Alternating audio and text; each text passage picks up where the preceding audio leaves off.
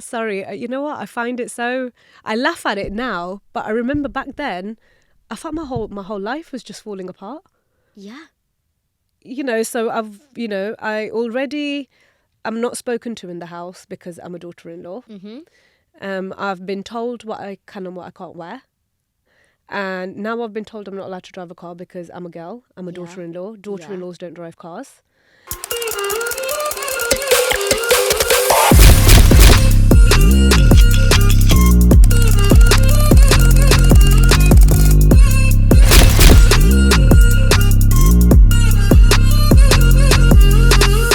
Hello, Sandie, and welcome to Unapologetic. Thank you so much for being here.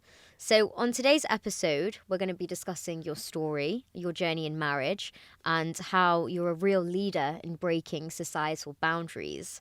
So many success stories start with a difficult past, but I believe with this particular story, you probably wouldn't have heard much like it in mainstream media.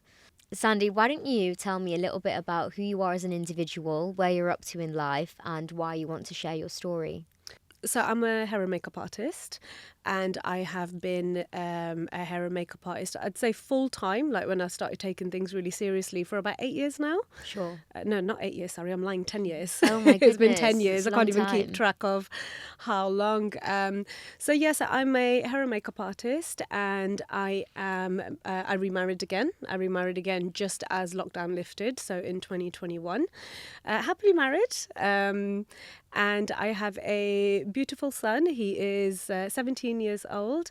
So yes, I keep myself busy now, I always tell my friends it's a different type of worry as the kids become teenagers. So I'm always busy with my son, For sure. busy being married, and busy being a makeup artist. And I am here today because I feel like it's so important to share what I went through. Yeah. And I feel like a lot of people have this perception that they see me living a certain life on Instagram.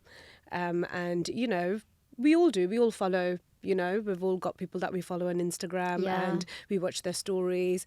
But, Instagram is not always what it seems. There's always a lot more that happens behind the doors to what we like to put out there. Yeah. And, I've shared my story before, and it was crazy, with the response that I had from the last time I shared my story. And, the types of messages I got, girls are like, oh, we never thought that you would have gone through that's an marriage. Interesting, message to receive. We never would have thought.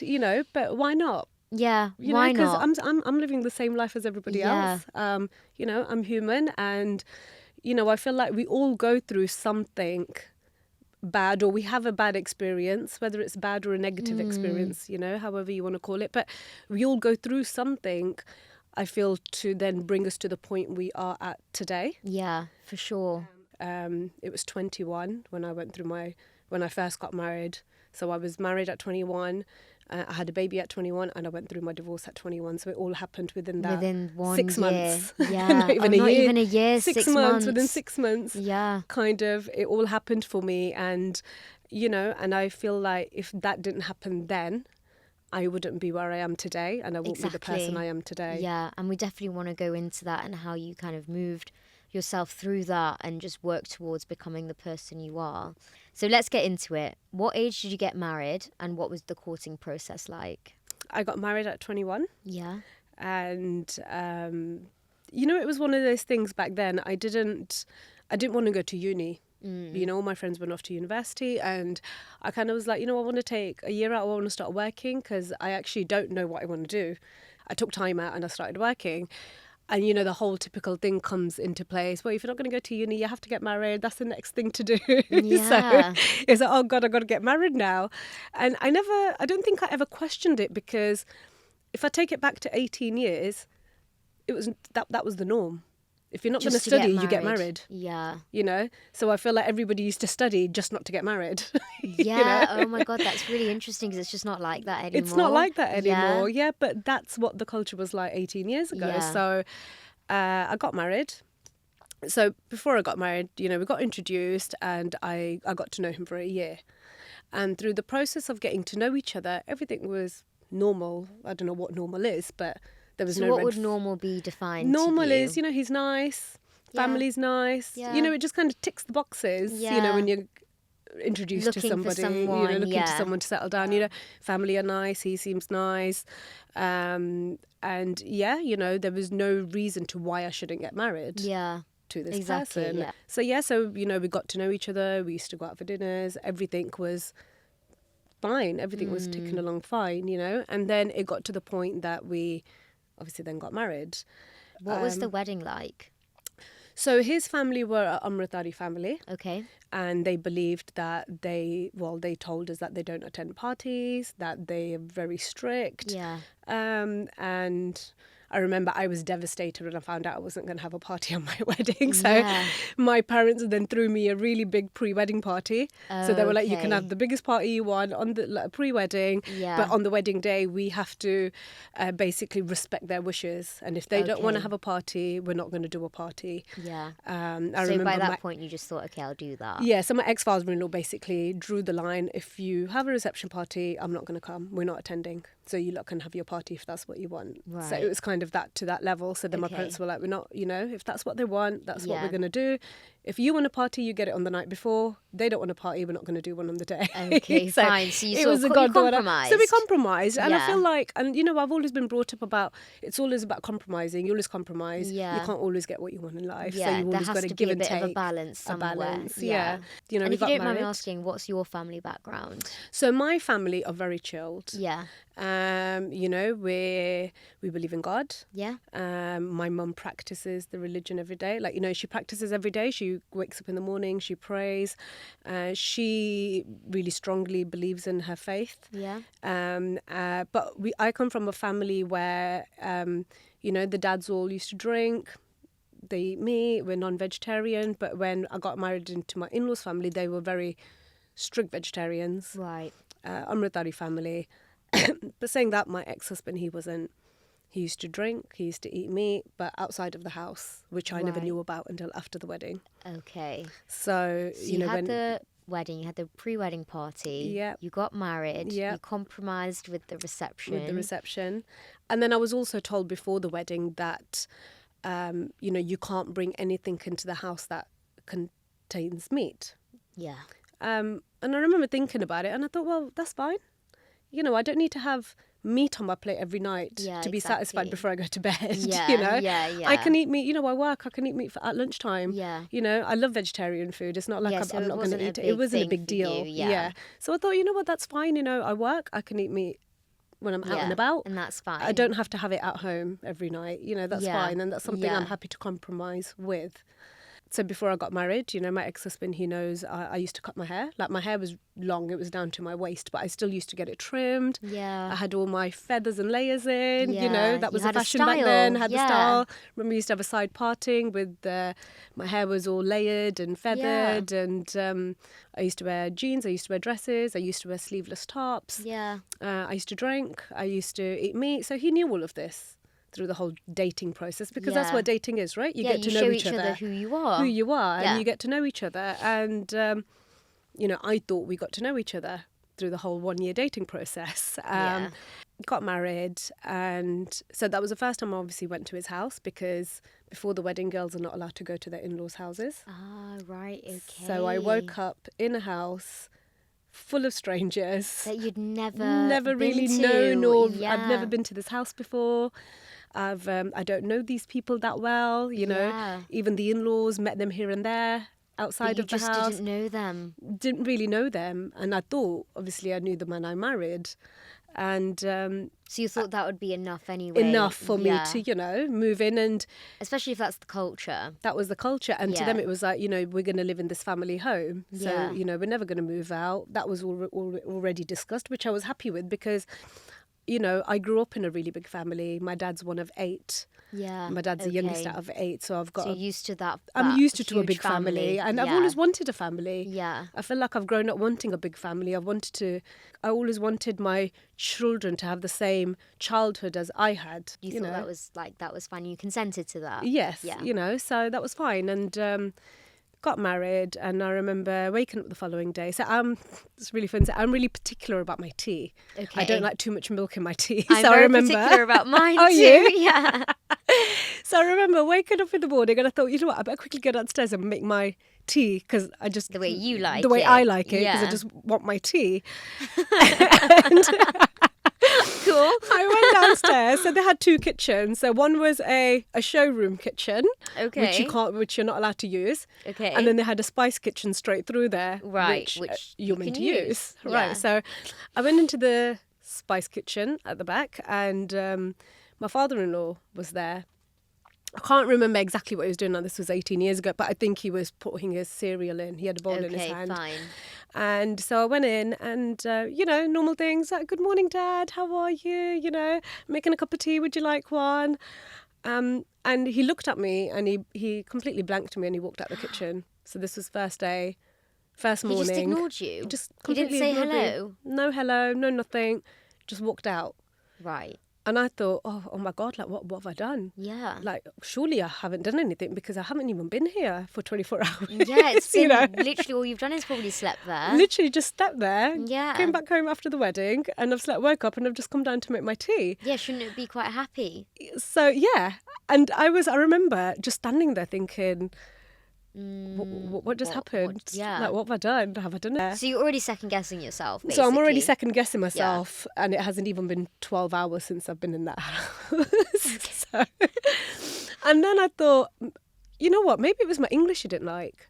Maybe because I spoke to him in English, he didn't like that. So then in my mind, I thought, okay, tomorrow morning I'm going to try again, and I'm going to speak in Punjabi this time. Yeah. Okay. Oh, right. Okay. So round 2.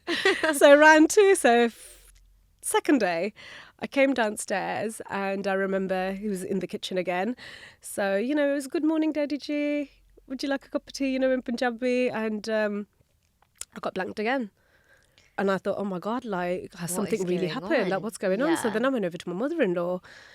I was like, Mum, I've said hello twice to Dad now.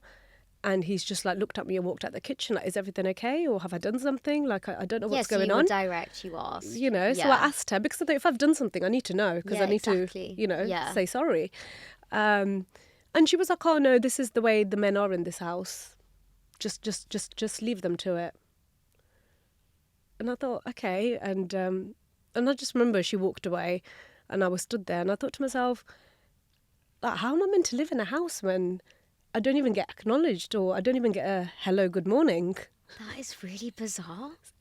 Really bizarre. And I come from a family where my dad will come down, and he'll come over, he'll give me a big hug, a big kiss, say good morning, and ask me how I am. Yeah. To me, that was the norm. Normal to what a father and a daughter relationship is. Yeah. When I say normal, I feel like normal is what we experience and what how you're we've been used brought to. up and what we're used to. So I was used to having my dad loving relationship with my father. Yeah.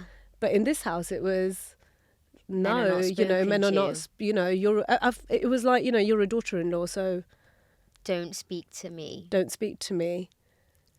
Okay. So I felt like, it was obviously a lot happened so quick, and then. So that was the first step. That was the first step. Not acknowledged by the eldest man in the house. In the house. And you were like, whose house I was staying in. So you felt that you had to be respectful of that. Yes. And you then said, okay, all right, that's fine. Number 2, first no meat, now no talking. Yeah, exactly. So what's next? Yeah, what's next? Well, I thought that's as worse as it could get. Yeah. I never thought it could get any worse than that. So, oh my gosh. Then we flew out, obviously, on our honeymoon. Yeah. Where did you go? We went to Vegas, and then Very we went cool. to Hawaii. Yeah. Okay. So first stop was Vegas. Yeah. And I clearly remember this. So I was first day there in the shower, and all I heard was, we're not taking your suitcase back home because you're not wearing these clothes when you get back home. What? And I just started laughing. I was like, oh yeah, you're so funny. Like, yeah, whatever. And then I could hear it in his voice. He was actually being really serious. And then I thought to myself, and all he said was, he goes, you're not allowed to wear sleeveless tops when you get back home, and everything in your suitcase is sleeveless. And I remember my heart just dropping, and I thought to myself, oh my God, like, what have I got myself into? Yeah. I've only been married, this is my 4th day. And It's 4 days. 4 days into it, and I'm just like, and I felt like I knew it then, like, this is the biggest mistake I've made. Yeah. Like, how did I It's not see this? so much within such a short space of time. Your brain probably couldn't comprehend what was going on. No, honestly, because I was just like laughing you first. freeze and like go with the flow almost. Yeah. And then I remember having this conversation with him when I got out of the shower, and I was like, what do you mean? Like, I've got dresses in here, and I've got my trousers or jeans and sleeveless tops, you know. I used to wear this when we were dating. Yeah, what did he say? Why didn't you? If you had a problem with the way I dressed, you should have told me then. Yeah. No, but it wasn't a problem when I was dating you because you were my girlfriend. But you're my wife now, so you do what I tell you to do. You wear what I tell you to wear, and end of discussion. Oh my God. It was like, you're married into an Amritari family, so you're not wearing sleeveless tops. Everything he says is like the right way forward. The right way forward. So who are you? I'm just meant to do as I'm what I'm told, as and when I'm told, basically. Yeah, and then smile when you're supposed to smile. Literally, yeah. So you're just a doll in this at the moment. I know that sounds so No, I crazy, am. but that's how it sounds. Yes. And yes. this is just like, this isn't even... This is not even the beginning of it. This isn't even the beginning. No, this is just day 4. This is day 4. This is like setting the scene almost. It is, yeah. Okay, so now he's told you you're not allowed to wear the clothes you want to wear. Yeah. Okay, so this is the position you're in. So you go on your honeymoon, and how is it when you're on your honeymoon? So honeymoon, it wasn't that great because obviously at that point now it's kind of put a sour taste to everything. Of everything, like your whole life. You know, and Yeah. I'm just like, you know, what have I done? What have I got myself into?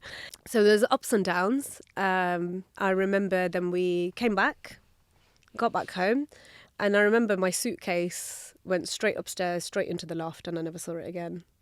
Did it? Yeah. And you couldn't go into the loft and get it? I couldn't even have a voice in that house because you're a girl, you're a daughter-in-law, and you do what we say. Oh my God. So he was being serious. Yeah, deadly serious. So he serious. put your suitcase into the loft, and you just stood there watching him putting it up in the loft. And did you have arguments on this honeymoon? Like, were you saying like, this is not what Oh I yes, said? yeah. I said to him, I was like, you know, why didn't you tell me? I was like, we dated for a year. Yeah, before to we got get married, to know each other. What it's like to be married. Yeah, you get to know me and I get to know you. Yeah. And if we're happy with it, we get married. Yeah. If we're not happy with it, you know, you Then just we don't get married. Ways. If you want somebody else, that's fine. That was his response to everything. It was a complete switch. It was like, you're married and you do what I say. So he's been conditioned to think that a wife is basically subservient to him. Yes. Through and through. No emotion required. I had this argument, we had a discussion over it, and, you know, I said, you know, that was the whole reason of dating. Yeah. And you were never honest with me. And even, I don't think I ever dressed inappropriately. I don't think I dress inappropriately now, but even if I do, it's my choice. Yeah, exactly. But I feel like that's the the concept bottom of line. choice is like way beyond this. Yeah, there's no choice, there's no feelings, there's no nothing. This is like 0 to 100. Yes, definitely. Okay, so the suitcase thing happens. Now you're not allowed to wear clothes. Yeah. What happens next? So basically, rewind it back to, I think, a few months before the wedding. I was in India wedding shopping with my family, and I get a phone call while I'm in India, and he said to me, so I've always been very independent. You know, my parents have brought me up exactly the same way as my brothers. Yeah. So when I remember when I passed my driving test, like my mum and dad, you know, I had my own car. So I've always had my own independence. And, you know, when I went India wedding shopping, I remember my ex-husband calling me and he was like, you know, your car, I'm going to buy you a brand new car when you get married as a wedding gift. Okay. So why don't you give your car to your mum? So get your insurance taken off. I can't even remember what the paperwork is that goes with the car, but basically take your name off it and put your mum's name on there. Oh my God. So you didn't think anything of it. I was like, oh my God, this is amazing. Yeah. You know, which girl would say you're lying? You would never say that. You would never say that to your fiancé. Especially your when fiancé, there's no red flags. Yeah, so there's no red flags. And when he rang me, and I was like, oh my God, this is such a sweet idea. Thank you, you know. Yeah, so You're so kind. You just do it. So I did it. And I remember him ringing me a week before the wedding. He goes, oh, have you changed over everything, all the documents and everything to your mum's name? Like, yeah, I did. Yeah, of course I did, Yeah. of course I did. And then he was like, oh, yeah, well, after the wedding, when we come back from honeymoon, we'll go car shopping and we'll get you a new car. So I remember that Sunday, I said to him, I was like, oh, you obviously haven't, we've been so busy with the wedding, we haven't sorted my car out. I go to work on Monday. Yeah. So he had 2 cars. So one was a weekend car and one was a weekday car. So I was like, why, you're obviously going to work as well. Why don't I take your weekend car to work tomorrow and then for this week, and then on the weekend we can sort my car out. Yeah. And it was like, oh, by the way, you're not driving a car from now on. Girls in a house don't drive cars. So my mum will be taking you to work and she will be picking you up from work. Sorry, you know what? I find it so... I laugh at it now, but I remember back then, I felt my whole life was just falling apart. Yeah. So I already... I'm not spoken to in the house because I'm a daughter-in-law. Mm-hmm. I've been told what I can and what I can't wear. And now I've been told I'm not allowed to drive a car because I'm a girl. I'm a daughter-in-law. Daughter-in-laws don't drive cars. Why Your is she allowed? mum's a daughter-in-law of this house. She came into the house exactly the same way as I have. Yeah. As a daughter-in-law. Yeah. So why is she driving a car? Why is she allowed to drive me to work? Yeah. And I can't drive the car to work? Oh, she's a mum. So the day you become a mother of my children, then you might be able to drive a car. But until then, you're not driving a car. So is this just a form of control now? Yeah, that's when I started realising it was all about control. Yeah. It was never about... I feel like with It was never them, they used expectations. everything... It was all down to religion because we're so religious.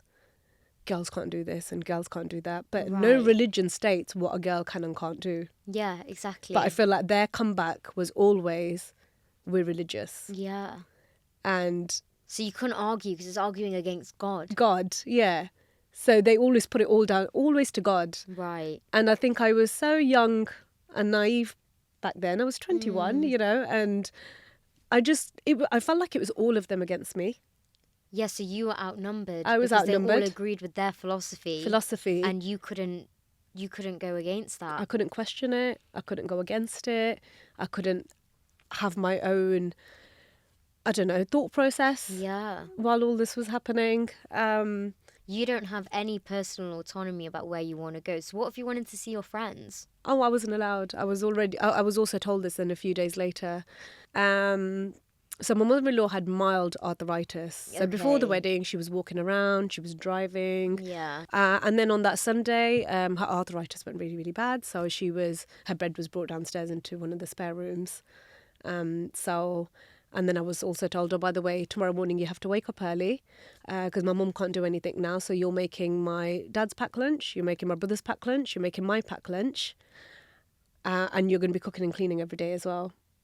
And So she just suddenly got really ill. She couldn't do anything. she couldn't do anything. She couldn't move. Right. So every evening now you have to come home and you have to make fresh roti, fresh dal sabji. We don't eat anything from the night before, so it all has to be cooked fresh and you have to do that every evening because my mum can't do it. Yeah. And I actually, honestly, I felt so sorry for her. Now I feel like it was all an act. But I remember in that moment, there was so much going on that I couldn't even sit back and think, What is are going they on actually doing here? this, Yeah. to get me in the Well, corner? you wouldn't or... think you'd fake such a horrible thing. Yes. So I just thought, oh my God, no, of course, I'll do it all. I'll do it. Of course I will. Yeah. And then I remember saying to him that night, I was like, oh, you told me I can't drive a car. So if your mum can't do anything now, how's she going to get up and take me to work tomorrow morning? Yeah. Oh, no, they had a solution to that as well. Oh, so they thought about this. It was Right, all. okay. I feel like now when I look back at it, everything was all It's very calculated. really well conducted and calculated. Very calculated. Yes. Okay, so what was their thing? What did His they thing was, say? well, you're going to wake up at 6:00. You're going to give my mum her breakfast. Then you're going to give her medicine. And then by 7:30, her legs will start working. And then she can drive to work. And problem solved. I actually can't. What is this rubbish? Honestly, and I was just So like... her legs start working by about 7:30, just By the exact 7:30, time that you need to be taken exactly, to be dropped off. to dropped off. Yeah. So that's what I did going forward. Every morning, 6:00, give her breakfast, give her medicine. So by the And time I she need to then... suddenly, her legs all of a just sudden, work. yeah, they work because you know what? You've given her medicine on time today. It sounds ridiculous. Honestly, it was at that point. I just did it. I don't even think I had a moment to think about what was happening. You were just going through it. You just did it. I just did it. It was all within the first few months, you know. So at this point, then I got told I'm not allowed to leave the house after 7. I'm not allowed to go see my mum and dad on my own. Either he has to be with me, or his mum has to be with me, or his grandma has to be with me. If they're not available, then you're not going. I got told that I'm not allowed to cut my hair. Girls in our house don't cut their hair, so you need to stop cutting your hair. And get rid of your fringe, because girls in our house don't have fringes. Like it was a side swept fringe, you know. Yeah. No, you're not having that, so get rid of it. So you're just being moulded into this, like, Into the person that they want. Like, not even human being in the No, house. yeah. I think that's how I used to feel. I remember just thinking, am I just here just to cook and clean? It sounds like it. Am I just here to cook and clean for them and then just, you know, make babies for them? Yeah, and just produce babies. And, Yeah. you know, that's my worth. That's my actual goal. Yeah, that's what you're being reduced to. Yeah. But it gets worse than this, doesn't it? It gets a lot worse. It gets a lot Yeah. worse. Just as you think it can't get any worse, it does. It does. You know, when I look back at it now, I feel like everything was always pre-planned with all of them. Yeah. You know, They and knew what was going to happen, so they had a, like, solution at every single point. at every point, yeah. And then every time I used to say, I remember to my ex-husband as well, like, you know, why can't I cut my hair? Why Yeah. can't I go So you to tried see to my be mum and slightly dad? resistant. And it was like, well, if you want to go and see my mum and dad, go and ask my dad. You want to do something, go and ask my dad. But you know, I'm married to you. I'm not married to your dad. Yeah, exactly. Yeah, but you're in my dad's house. Okay, so if I have to live by these rules because we're living in your dad's house, why don't we move out? Yeah. And what did you No, say? we're not moving out because otherwise my dad's not going to give me anything. Oh We're not my leaving God. this house because I'm entitled to everything for inheritance after. So it was always an end goal for them. Yeah. You know, what kind of a life am I living? You're not living. I'm not living. You know, You're serving. yes, exactly. I'm serving, and that's how I used to feel. I used to feel like I was a maid in that house. I was a Yeah. cook and cleaner But for it's them. worse than a maid because you're not being spoken to. Yes, and you know what? I think that was the worst. I think if they had shown me a little bit of respect and love, Yeah. I probably would have still been there today. Really? You know, because when you have a family that love you and care for you, you give them that love and care back in return. Yeah, because it's being received. It's so you been want to received, and reciprocate. you know, Yeah. and I remember every time my parents used to call me, and my dad, honestly, I love my dad. He'd call me, he'd be like, "Oh, Sandy, how are you? Are you okay, my darling?" You know, and I remember I would just have to pretend that someone's calling me, and I've quickly got to put the phone down because I would just want to cry. Oh, And my I'd be like, God. "Dad, you know, someone's calling me. I'll call you back." And I'd hang up as quick as I can, just to have a good cry on the phone because I can't tell him like what I was going through or how Yeah. I'm feeling. So why did you not want to tell him? I feel like I didn't want to tell my parents because it was so soon after. Can you imagine me calling my mum and dad on day 3? You just, You know, and at they've that spent all this point, money on my yeah. wedding. I think that's the biggest thing. I think within our culture, you know, our families spend so much money on our weddings that I felt that I was now trapped and I had no way out Because of the amount of because of the expenditure that went into this wedding. Yeah, after all that, After all all that the outfits, going to India. wedding, all the together, pre-party, you know, yeah. weddings are not cheap. No, Nothing of is cheap. course Even if not. you do a 30 Yeah, people wedding, you're still yeah, spending it's still money. money, yeah. You know, So you were carrying around a guilty conscience, really. it was a guilty conscience that, you know, I've got to make this work. Yeah. And I felt like it was more so I can't let my parents down. Yeah, exactly. You So know? you didn't want to let them down. You didn't want to let your husband's family down, although they were completely putting you in a box. Yeah. It's almost like they also gave you things nuggets of things that you had to keep carrying on with. Yeah. That were almost palatable. Yeah. So it's like not eating meat was an easy first start. Yeah, it was. You know, the second bit was putting your clothes away. That was like, okay, I'm going to challenge this, but I'm still doing it. Then it falls into the car. So everything it gets worse and worse and worse as it goes along. And I It feel was like, like, you know, like you have that. Like that is the like a donu- pattern of like Yes. psychological abuse. It's like it starts small and it just gets bigger, It bigger, does. bigger. Yeah. You know, obviously, don't forget the fact that my mother-in-law used to drop me off to work and pick me up from work. Yes, you couldn't even go out for drinks or you couldn't talk to your I remember every day sitting at work, and after lunch, I remember after, like, you know, your tea break about 3-4 o'clock, I remember I used to sit there and clock watch, and I used to dread for Having that to go back. handle to hit 5 o'clock. Yeah. I remember, I know, as soon as I walk out, she's going to be there waiting for me in the car park. Yeah, literally Yeah, waiting there. yeah. And you're like, right, here we go. Here we go home, start cooking. Yeah. I remember I used to cook and start clean. your second job. Second job. And I remember I wouldn't get into bed till about gone 9:30, 10 every evening. Because you've just been doing everything. I've been and doing, then and would then you like... wake up again at 6 o'clock and start again. You know, I remember saying to my ex-husband, I was like, you know, even when I go over and used to say to my brother-in-law or my father-in-law, food's ready, they wouldn't even acknowledge me. They wouldn't say thank you. They wouldn't even say thank you. They wouldn't say it's nice. They wouldn't say anything. They would just. my I remember this one day really clearly. My brother-in-law was sat in the back room watching TV, and he had the remote control in his hand, and he's obviously flicking away at the channels. And I said to him, I was like, "Oh, your dinner's ready." Okay, that was it. Nodded his head, didn't even make eye contact, didn't look at me, or "Oh, thank you, I'll be there in a minute." And I felt like that's what used to break me down every day. Yeah, that's it. The fact it? that you're not even acknowledging this. Yeah, that would hurt anybody, I think. You know? Having to do all that and then not be respected for doing everything Everything, they say. yeah. And, you know, as mothers, you know, as women, you know, I feel like the enjoyment in cooking for your family comes from them loving everything you cook for them. Yeah, I think it does. You know, I cook for my husband and my son now. Yeah. You know, I So don't when find you it as a give, chore. It's like you receive the you know love what? Oh my back. God, I'm going to make them what they love today. Yeah. And, you know, I can see the smile on their face. They love Yeah. eating it. We cook as a family. That's the enjoyment of cooking for your family. Yeah, exactly. So all of that is being stripped away from you. You're now doing a whole full-time job again. What was the breaking point for you? When did you say, okay, this is now getting too much? I think in the back of my head, I was never going to leave. Okay. To me, it was like, I've made my bed, I've got to lie in it. Yeah. You know, I've got to make this work. Yeah. And, you know, it's a marriage. I've got married to him. I need to make this work. However it works, I need to do whatever it takes to make it work. Of course. And so I think it was in December. So I got married in September.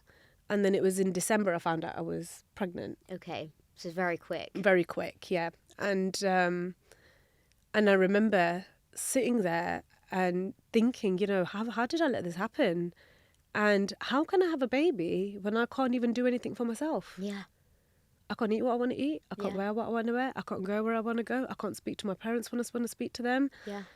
I can't make simple decisions in life, even as simple as what I want to eat today. Yeah, you can't. It's because you're just being controlled by everybody. What am I ever going to give to my child? Yeah. What autonomy as a are they mother, going to have if you don't have any? If I don't have any, but if my child wanted something, as a mother, am I going to be able to get up and give it to him? Yeah. No. Well, basically, that's the answer. Basically, that was the answer. No, I can't. But I feel like when I got pregnant, I actually sat there and I started thinking about what is my life and what am I ever going to give to my child? Yeah, exactly. You know? And I felt like that made me stronger, and that's what made me stand up for myself. It's like a maternal instinct. It was a maternal instinct, yeah. You know how they say that, you know,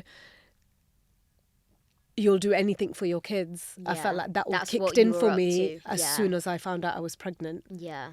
So it gave you the strength. It gave me the strength, yeah. Wow. But even then, I still didn't think I would ever leave. Even then, it was gave more you so, more I need to strength. stand up for myself now. Yeah. I need to say what's right and wrong. Yeah. You know, if I don't agree with something, I need to say I don't agree with this. Right. Okay. So that's what you were So up to. that's what I kind of, you know. And then I remember we went Asda shopping. So this was a Friday night. Yeah. We went Asda shopping. So I had to pay for Asda shopping, food shop. So I think I was getting more worked up as well. Like, why am I paying for something when I don't even want to buy any of this? Yeah, and you can't even eat what I you can't even want. eat what I want to So eat. they made you pay for the food Apparently shop. that was my contribution to the household. Not everything else that you're doing, all that free labour. Oh, no, it's free That labour, doesn't isn't it? count. That doesn't count because that's my job. That's your duty. That's my duty and my job to get up every morning and It's cook like and clean. your God-given duty Yes. to provide for a family that don't even respect you. Yes, exactly. Yeah. Okay, so Yeah. you're paying for the Asda shop. So paying for the food shop, and I don't know what came over me that day. And I remember I turned around and I was like, I can't eat what I want to eat, so why am I even paying for this? Why do I waste my Friday evenings in Asda Yeah. buying what you and your family are going to eat for the rest Yeah. of the week. So you got that strength. So I got that strength. I felt like I couldn't speak in the house. So I felt like I could say what I wanted to say to him in Asda that night. Okay, fine. So you said what you needed to I say. needed to say, and I was like, you know what? I'm not doing this. I'm not paying for it. I'm not picking out the food. You're eating this. You and your family are eating this. So you carry on with the food shop. Give me Yeah. your car keys, and I'm going to go and sit in the car, and you're paying for the food tonight, not me.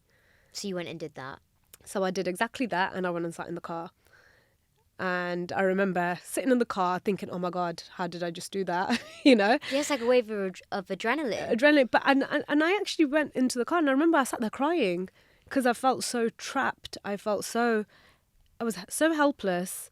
I felt like I couldn't talk to anybody. Yeah. And I just felt trapped and I couldn't breathe. That's how I used to feel. Yeah. I used to feel okay, trapped can and I can't imagine breathe, that. you know?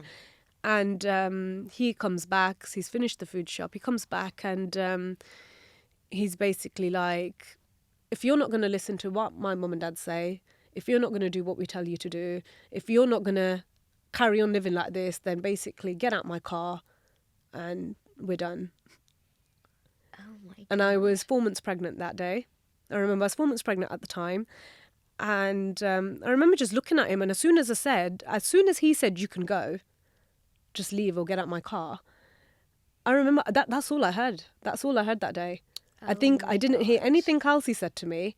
As soon as he said those 2 words, I thought, you know what, that's the best thing you've ever said to me. Yeah. I'm going. That was like your ticket. That was my ticket to get out of the car that day and leave. Oh my God. And so I got out and he's obviously drove out the car park. And that's when I rang my mum crying down the phone that day. Yeah, like, come and pick So me it up. was in March, I remember. I got married in September, so this is now in March, on a Friday night. And I remember it was about 9:30, 10 at night. And I'm crying down the phone, like, Mum, can you come pick me up? And she's worried, like, what's going on? Why are you Yeah. crying? What are you doing in the Asda car park by yourself tonight, you know? Yeah, 4 months pregnant. Yeah, 4 months pregnant. Yeah. And so anyway, my mum just hung up straight away, and her and my brother came to come pick me up that night. And it was then that night when I went home. And I literally just told my family everything from the start, everything from the Yeah. beginning. This is what's been happening. This is how they are. This is what I have to do. This is the life I've been living. And I was like, I can't do it anymore. Obviously, but they're probably like shocked that you even were doing that. Yeah, in the yeah. first My mum and dad place. were shocked. Like, what are you even talking about? Like, Yeah. what do you mean you had to do this? And what do you mean this is going on? You know? And I think my dad was more upset at the fact that I didn't say anything. Yeah. And the fact that they've brought me up in such a loving way that they never, ever expected somebody else to treat their daughter like that. Yeah, you never would think. You know? And I think the biggest thing for my mum and dad was, how can he just leave you there at 4 months pregnant? Yeah. How do we trust this man with our daughter again? Yeah, you can't. You know, you can't. Because you don't know how far it would have gone exactly over the years. This This was only a few months in. yeah.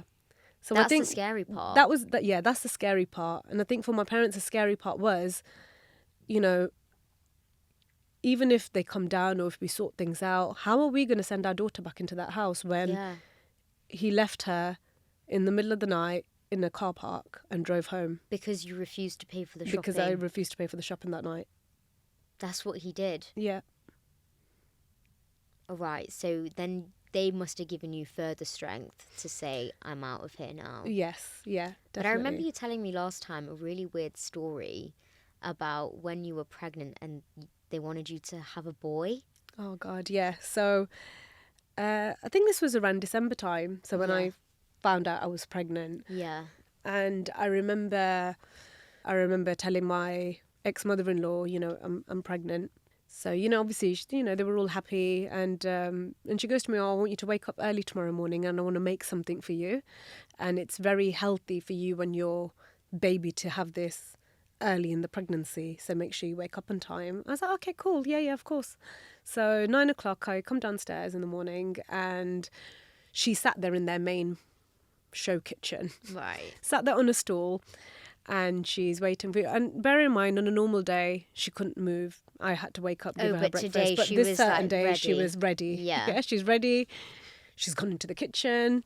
She's cooked me something up really nice, You're like, you know. "Oh, right, okay." So she's got a steel glass Mm-hmm. there, full of milk, warm milk, And then she's got prashad made. Okay. So prashad is like an offering that we have at the Gurdwara. So it's made of flour, butter and sugar. Yeah. So she's made that fresh for me on the day as well. Right. And on a big spoon, she's already placed the prashad on the spoon, right? She's like, oh, I want you to have this. I want you to put this in your mouth. So eat it, but don't bite it with your teeth. So I've made you milk with this. So it's warm milk. So the milk, so when you basically put this in the prashad in your mouth, drink the milk, and the milk will just basically take it straight down. So you don't, and she kept coming back to the point of don't touch it with your teeth. Make sure you don't chew on it. Don't bite into it. Just put that in your mouth and drink the milk, right? So I was like, oh, okay. So I questioned her a few times. I was like, but why? Like, what's going to happen if it touches my teeth? Like, I want to know what happens. Is it bad luck? What's going to happen? What is it? Yeah. And she, just back and forth for a while. And then I thought, okay, you know what, fine. It's just prashad. Let's just get it on. Let's just get on with it. Yeah. I need to get on with my day. Yeah. So I put it in my mouth, and the prashad went down. The milk went straight down. And then I could feel something furry stuck in my throat. And obviously, when someone's forcing you to eat something and you start gagging on it and you can't take it back. So obviously I started doing that, and I went running to the sink. And as I'm, kind of about to throw up, throwing up in the sink, she's now come from behind. She's like pushed my head back and forcing me to take it down. And I remember just pushing her out of the way, and it just I was just sick everywhere. It all came out. And it was a big peacock feather that came out my mouth. And obviously my first response was, what is this peacock feather? What are you? Very big. It was very big. So she literally folded it, put it onto a big spoon, and then she put the prashad on top. So the prashad weighed it down. Oh my God. And it was a very, Like it wasn't even a teaspoon. It was crafted like on bigger a than spoon. yes. So it was bigger than a teaspoon. So she really carefully, folded it, placed it on, put the prashad on top. Yeah. And that's why it was already on the spoon before when I came down that day. And Yeah, because that's really weird. Usually you take a to be honest, spoon yourself, you kinda right? use your hands, don't yeah, you? you do, yeah. And if you want to eat it with the spoon, you'll spoon it out yourself, right? Not have it all ready for you. Here you go, Beta. And I remember the first thing that came out of my mouth was, what in God's word is this? Yeah. What are you trying to do to me? I could have choked. I could have died. You probably, I could have choked on You that, nearly choked, I would And I say. did. I was choking, and then I took it out. you had to vomit. And she burst out crying, and she was like, "You're not going to have a boy now. You're going to have a girl." She just cried. She cried Like a because sob. she was sobbing her eyes out because I was going to give birth to a girl now because I didn't eat that peacock feather. And I remember saying to her, which crazy person told you that this is how you have boys? And I remember she was sobbing, and she was like, well, this is how I've got 2 boys because this is what I did when I found out I was pregnant. I was like, well, no wonder the dead has a feather. They can't even think for themselves. literally, yeah. Everything is ask my dad. Yeah. This is why the way they are, because the dead has a feather. This is what you did during your pregnancy. In them. And I was just like, and I said to her, I goes, you're Amritari. You're meant to believe in God. This is not what God says. Yeah, to swallow weird feathers. Feathers, you just, and whatever I have inside me is already developing. Yeah, it's not just going to suddenly redevelop into something else. I was like, you've got 3 kids. You should know how this works. Yeah. What world are you living in? Oh my God. And, and whatever. And then as she was, sobbing her eyes out that she wants a girl. And I said to her, I was like, you haven't even asked me what I want. I actually want a girl. Yeah. I thought to myself, father, boy, she's going to completely take this child away from me. Yeah, so now you want a girl. And now I want a girl because of what she's just done. Oh my God. And I remember, crying, running upstairs into my room, woke my ex-husband up, and I told him, I was like, your mum's just done this. You need to go downstairs and speak to your mum because I don't think she understands that, once you've conceived and that develops. Yeah. It's not going to change with but whatever also, I eat. the calculated tactic to sugarcoat it, literally sugarcoat. Exactly. peacock And I was feather. like, I want to know where this feather came from. Yeah. But his response, honestly, it threw me off. It was like, well, if my mum said it works, why didn't you do it? It's just again and again and again. You know, and I thought, just give it a rest. Literally, I think I was more, you know, like I could have choked, I could have died, I could have got infected, anything could have happened. Like, do you not care about my well-being in all of this? I really don't think you did. No, he didn't. He obviously didn't, because he left you alone in the Asda car park at 4 months pregnant. Of course, no, you know, he didn't care, because to him, I felt like he got a wife, and he got, you know, a cook and a daughter-in-law for them. Yeah.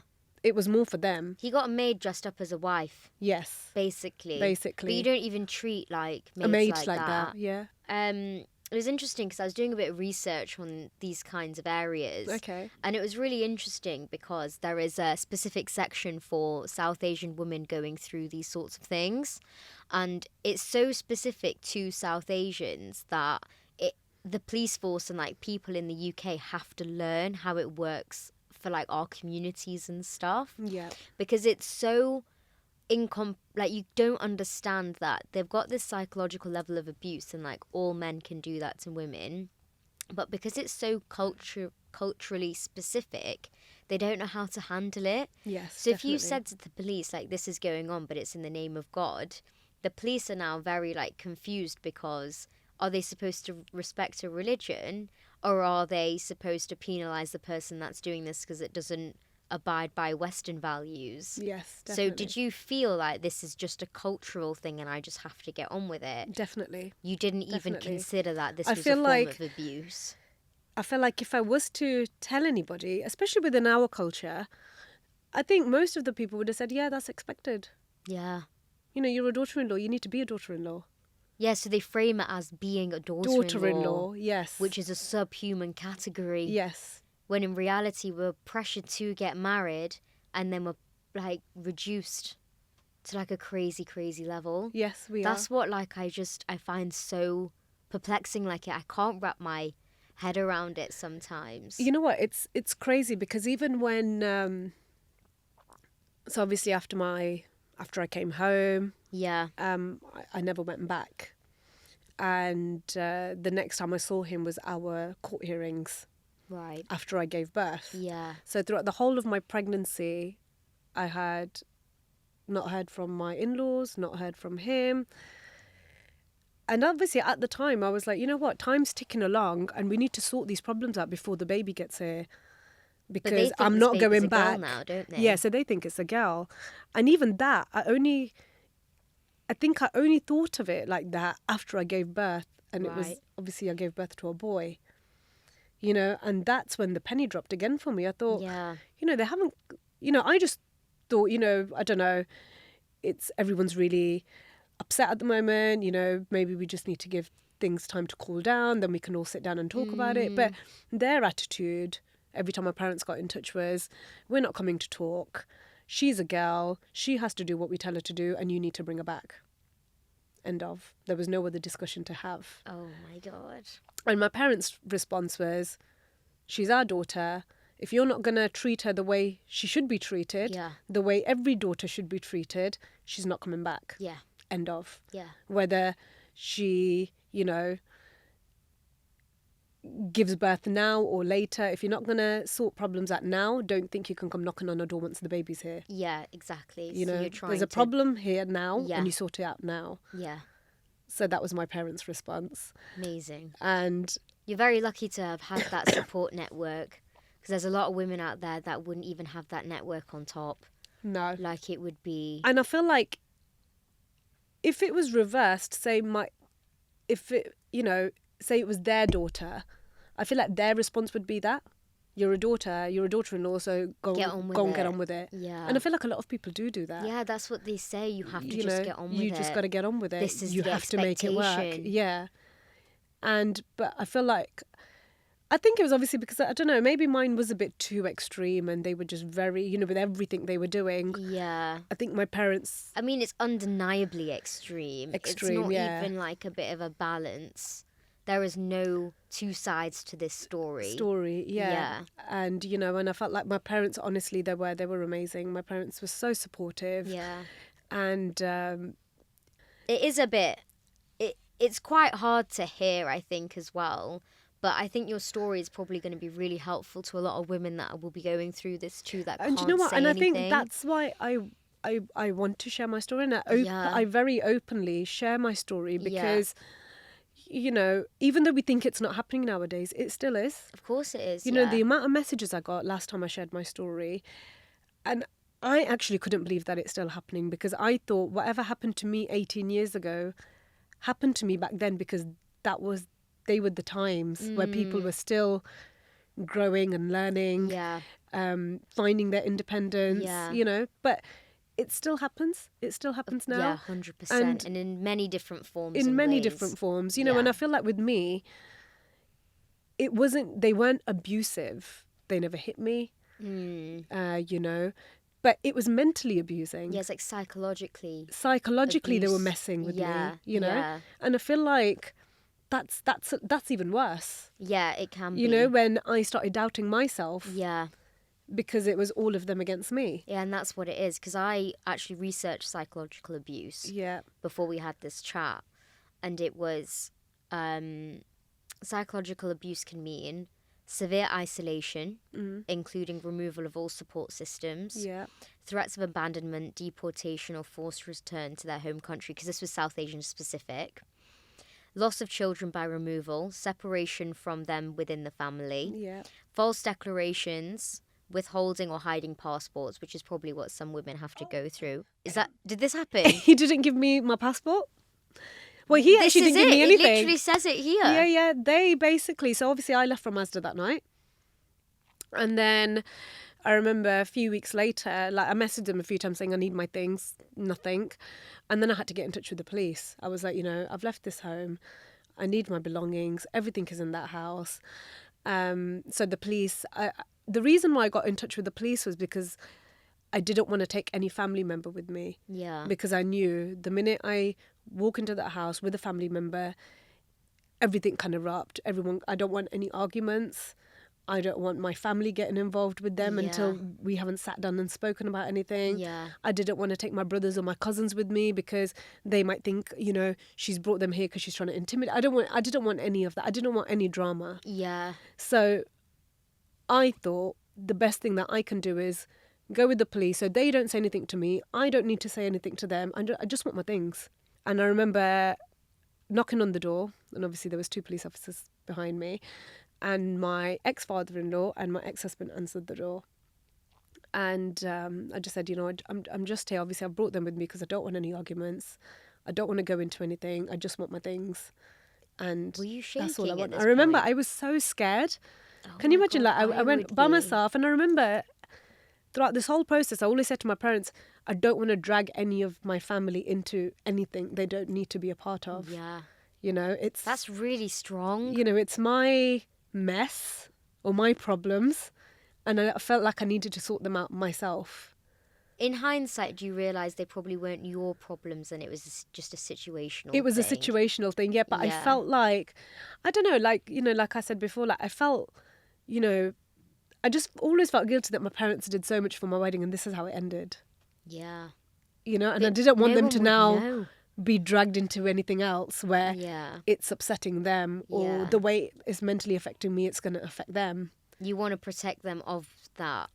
Yeah. So that's why, you know, You wanted to take it in your own took hands. the police with me, Yeah. just so. I mean, that was really responsible of you, to be honest. But I thought it was, you know. Oh, what happened? I thought it was, and I remember knocking on the door that day, and they basically told me to get off their property. I'm laughing, but I'm just You know what? so I'm shocked. laughing because I can't believe that they would even say that to me. Sorry, just remind me, are you pregnant at this point? I'm 4 months pregnant, so this is all literally my about God, 2 they're weeks literally later. saying this to a pregnant baby. Yeah, get off my property. And then my father-in-law steps forward. This is my property. This is my house, and she's not allowed in. And I was like, I don't want to come in. Can you just please tell my ex-husband, like, you know, tell him to pack my things and just hand it over. I'm standing just outside need and I'm some waiting. stuff. I need my clothes. So this was another form of abuse and control, Yes, right? it was all control. Not giving you your things. Yeah, and even the They could police were control obviously you. they can't say anything, but just the looks on their face was like, is this really happening? is Like, what's going going on? on? Yeah. You know.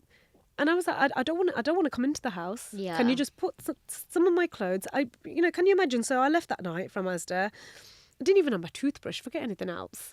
I didn't have a How can single you buy everything again? item of clothing with me. Yeah. So I had nothing with me. You so wanted that suitcase in the loft. literally, I just wanted that. That's all I wanted. It had everything in there that I needed. And then I remember even asking them, can I have my driving license, my passport. I remember I only had, obviously, what I was wearing. Even like my main wallet was still in the house. Yeah. With my driving license and my bank cards and just things all like your that. And stuff. everything was there, and it's my stuff. Yeah. Just give me my things. You went and bought it. And they refused to basically give me anything that day. Then obviously a few days later, I got a email. He emailed the headquarters in Leicester, the police station, to basically say she's not allowed anywhere on my property. Don't ever escort her again to our house. And they were very clued on, because if somebody was to come to my house, turn up on my doorstep with the police officer, I don't know, say it was my, husband or my daughter-in-law. Yeah. Yeah, say my daughter-in-law came. Say my son's married and my daughter-in-law's knocking at the door and she wants a thing, she's brought the police. Yeah. I would think, oh my God, police on my doorstep, just give her things and just leave it at that. I would never know it wouldn't the have ins to get and to out. that point It would never get to anyway. that point, no. But I'm now trying to think like them. So I've knocked on their house with the police and I just want my things.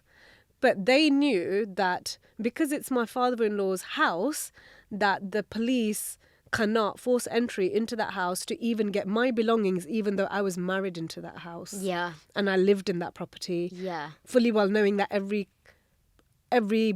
all of my belongings are in that property. That doesn't matter.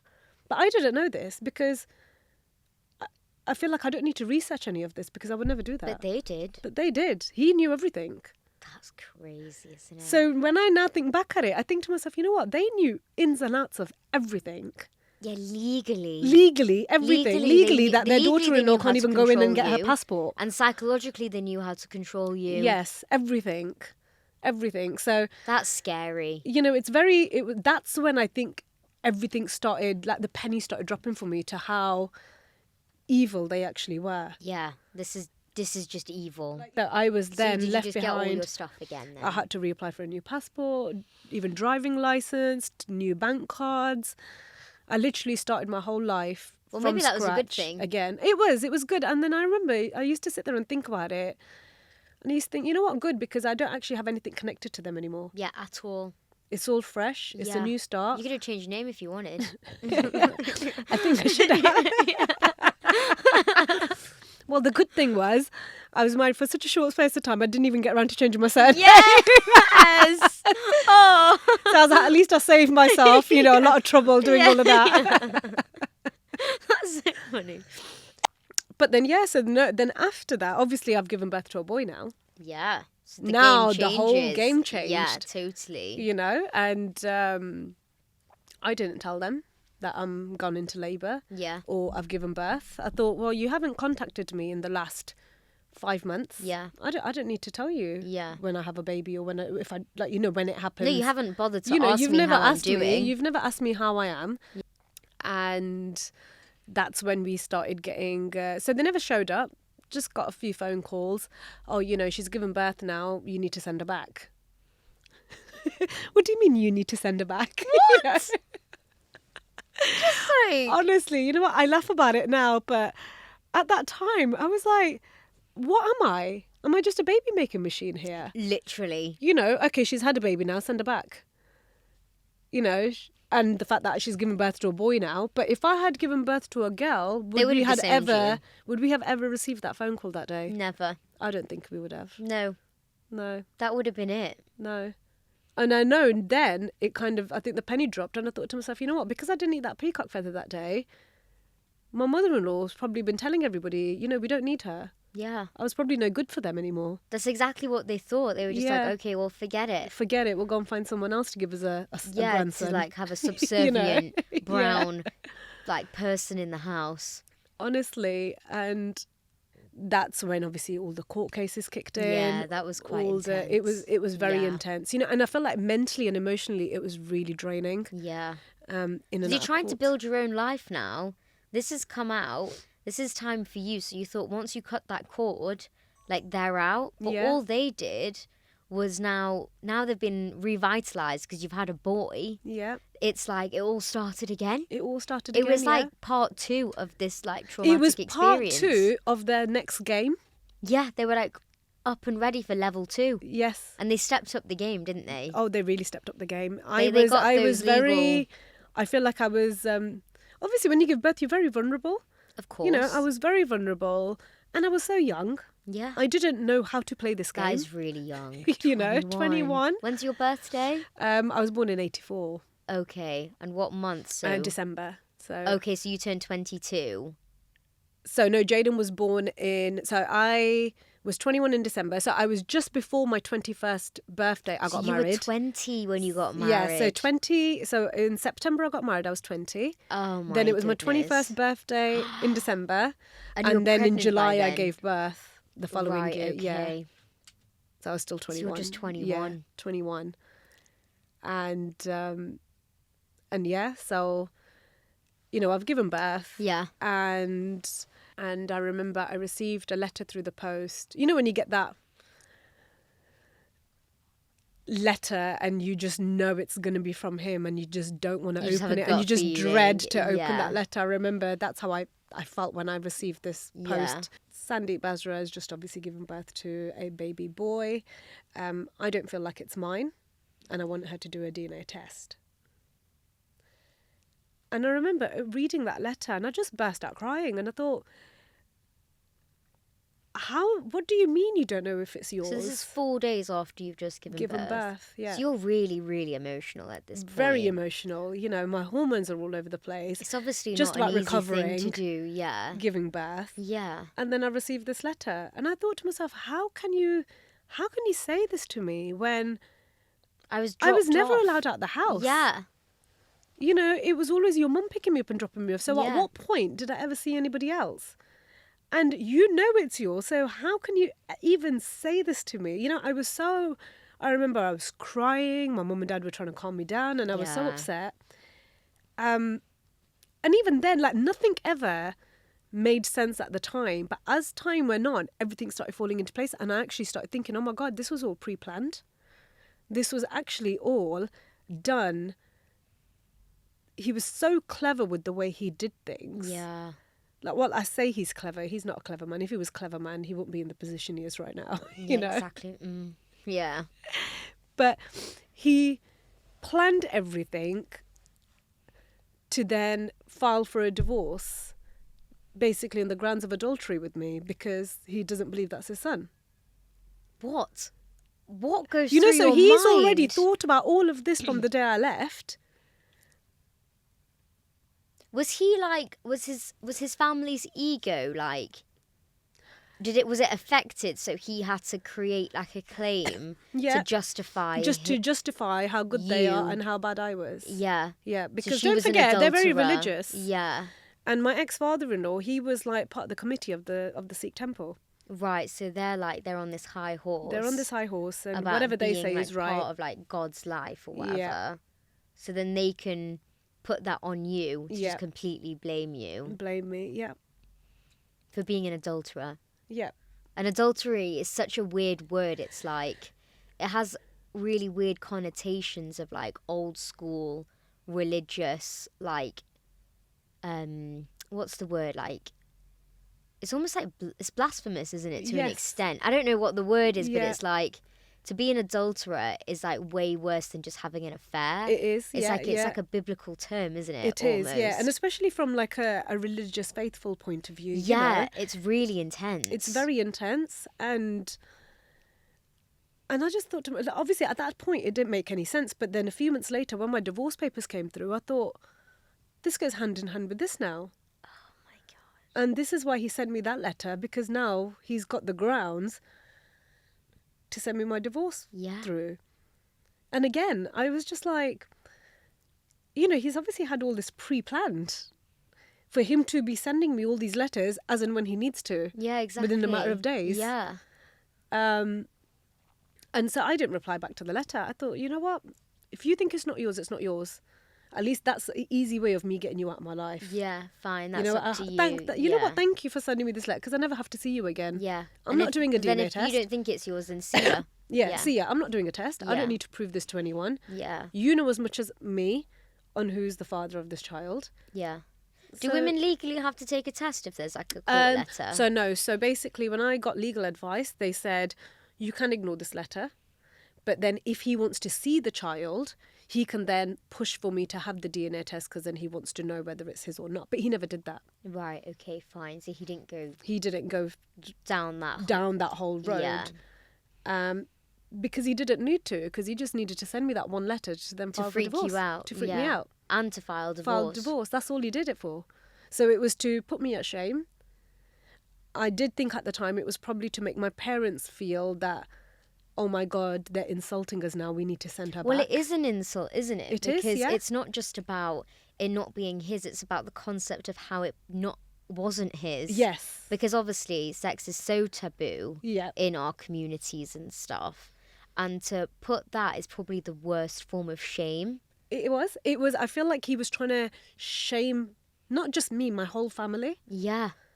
You 'Cause know, it's an honour thing, isn't it, is. really? Yeah, it is. And that was the other thing that came out in the research is that, you know, institutions in like the UK don't know how to deal with this whole concept of like honour in South Asian communities.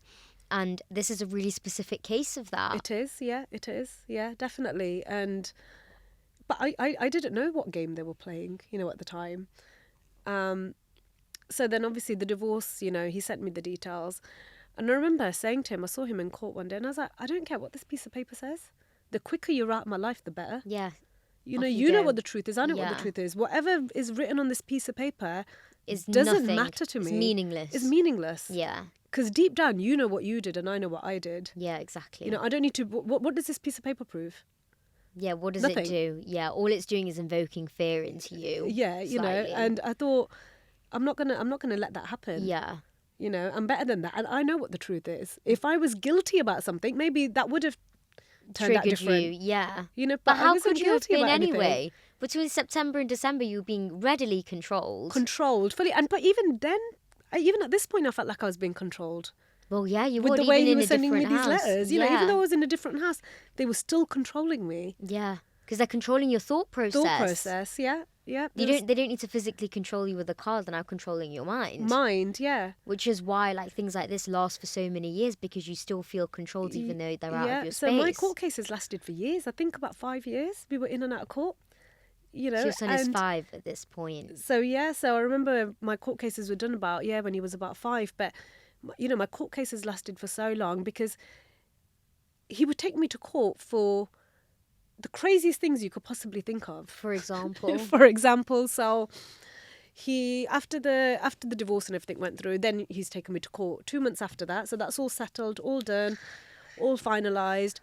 Oh no, I'm the father. I know I'm the father, so I want to see my son now. Oh my god. And I remember saying to my solicitor, I was like, but how does he know I haven't taken a DNA test? Yeah. I refused to take one. So how is he so sure That he's the that father he's the now. father? Yeah. I'm actually now saying he's not. Yeah. Yeah. Yeah. You can use it now. Yeah. It's my turn to now say he's not. Yeah. And I don't want him anywhere near me and my son. Yeah. So I'm not doing any tests.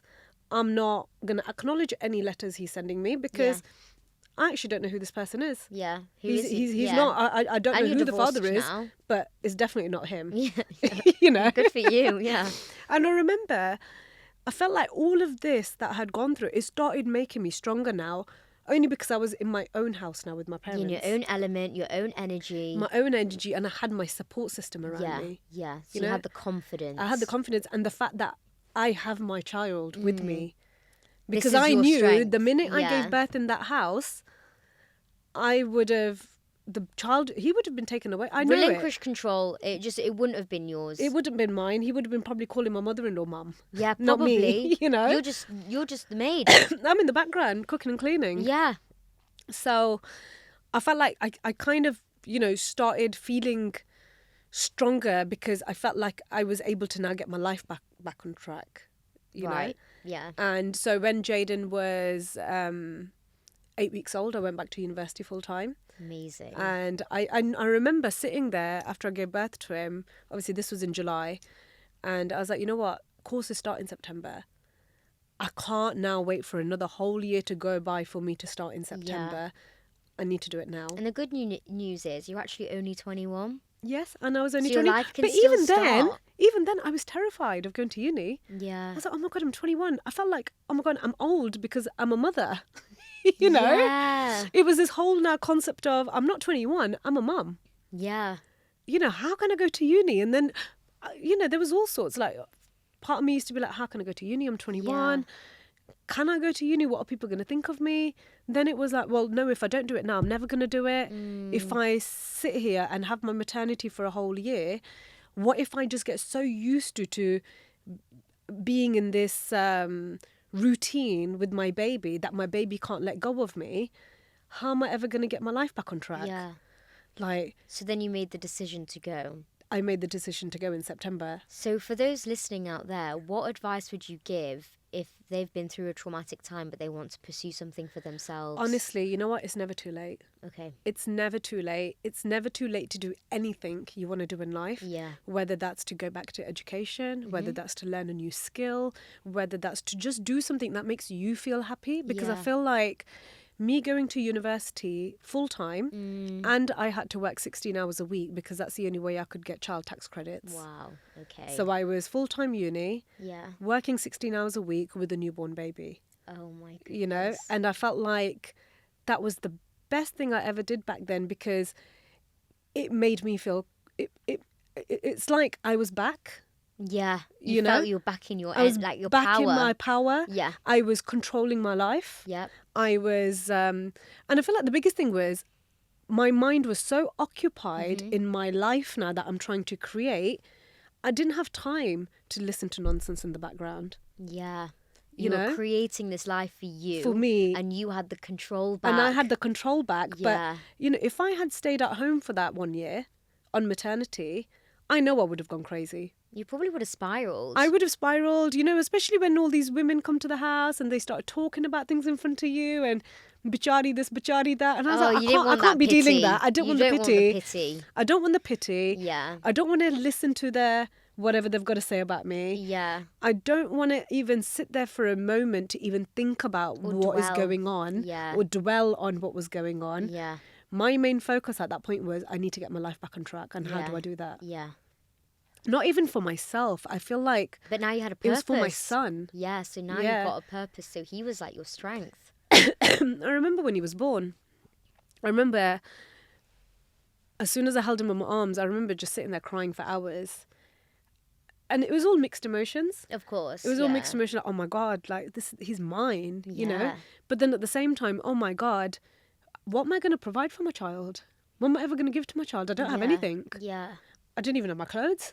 Yeah, you didn't have a passport. Have my passport. You know, I'm going through a divorce. Yeah. Like my whole life has taken a complete U-turn to where I actually thought I was going to be in my life at that time. Yeah. You know, I didn't have anything. You just had you. Just me and my son that was holding in my arms that day in hospital. You know? That is overwhelming. And I can actually feel that. Like, that is. You know, and it was like no savings because everything's gone into my wedding. Yeah. You know? I had nothing. And you couldn't save anything anyway because you were keeping, like, you were helping them out all the time. All the time. Yes, I had nothing to my name, with me, on me, apart from my son in my arms that day. Yeah. And I remember, and I promised my son, I was like, you know what? I'm gonna give you the life you deserve. I'm gonna be the best. Sorry, I'm getting a bit emotional, but I'm getting emotional I'm gonna give you the best life I can. Whatever I can do within my power, I'm gonna do for you. I'm getting upset. Sorry, I am too. But and I'm so glad I made that vow to my son that day because I didn't stop. Sorry. Oh my God, suck that's it so powerful. That's so powerful. Sorry, you're probably getting bored of my story now. Oh, sorry. I felt like if it was more back then, it would have been very... You couldn't. It's like trying... When you speak to survivors of these sorts of things, it's like... You can't speak to them straight away. No. It's like you have to let them process their emotions. Yeah. But that it could be with anything. Yeah. Like, whatever you go through, no matter how extreme, really. Oh.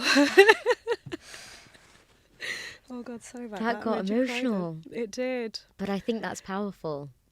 Sorry, I felt like, yeah, I get very emotional when it comes to my son. Yeah, I feel like, you know, he's actually the one that's made me who I am today. Yeah, for sure. He's the one who gave me the strength. Mm. I feel like if I didn't find out I was pregnant at that time, I probably wouldn't have ever stood up for myself and left the way I did. Yeah. And yeah, no, I think everything I do, everything I've done end goal has always been for my son. I think that's a great purpose to have. And it's yeah. like a happy purpose to have. Yeah. And I think that gave you the strength. And that just, I don't know, things happen for a reason in some ways. And for you to be pregnant could have been seen as a very negative thing. Yeah. But in reality, you made it your superpower. And you know what, babe? It was back then. A lot of family members stopped talking to me because they were like, "You're pregnant and you need to go back." Really? You know, some family members stopped talking to my mum and dad because they were like, "What do you mean you're going to support your daughter? She needs to go back. This is not done. She's pregnant. She has to go back. Doesn't matter what they do or what they say or how they're treating her. You have to send her back." And I'm just so grateful that my parents had a different thought process to everyone else. Yeah, that's, you know, that's not the norm. It's not the norm, no. But no, yeah, I feel like everything I think I went through at that time, I think diverting my attention to then going back to uni really helped. Yeah. You redefined what you were working for and why. Definitely. And I feel like it kept me so busy. I didn't have time to think about my next court case. I didn't have time to think about, oh my God, this is going to happen, or I've received this letter. And I remember I used to dread opening mail. I used to leave my mail just in case there was just something else that I he always was gonna knew do. every mail I'm getting is from him. Yeah, from so it the wasn't like solicitors. a one-hit wonder. Yeah. He was just consistent. And I remember I used to dread opening it. Sometimes I used to leave it there for weeks, and then it's like, no, I need to open it because what if it's there might be another serious? hearing, or there's another thing that I need to submit by this time. You know? Yeah. So it was always like that. But the only thing that kept me going and I think kept me sane was going to uni and working part-time. Yeah. Because at uni I made amazing friends. Yeah. You know, friends, people I wouldn't have met otherwise. No, of course. Because they're all from different walks of life. They are, yeah. And then even work. Yeah. I started work part-time. And honestly, the girls that I met when I first started, I remember when Jaden, he wasn't even one, you know, when I met these girls. And they're my best friends now. That's really, really lovely. And I feel like they've been a part of my whole journey. Yeah. They've been there for me. And, you know, they've become lifelong friends now. Of course. That's really lovely. And if I didn't do that, then I wouldn't have met them. Yeah. And then you found a passion, didn't you, really? I did, and yes. Your passion is? And my passion is makeup. Yeah. You know, who would have thought eyeshadow would save makeup the day. And lipstick would save me? But it did. You know, it did. I feel like makeup made me. Yeah. It brought my confidence.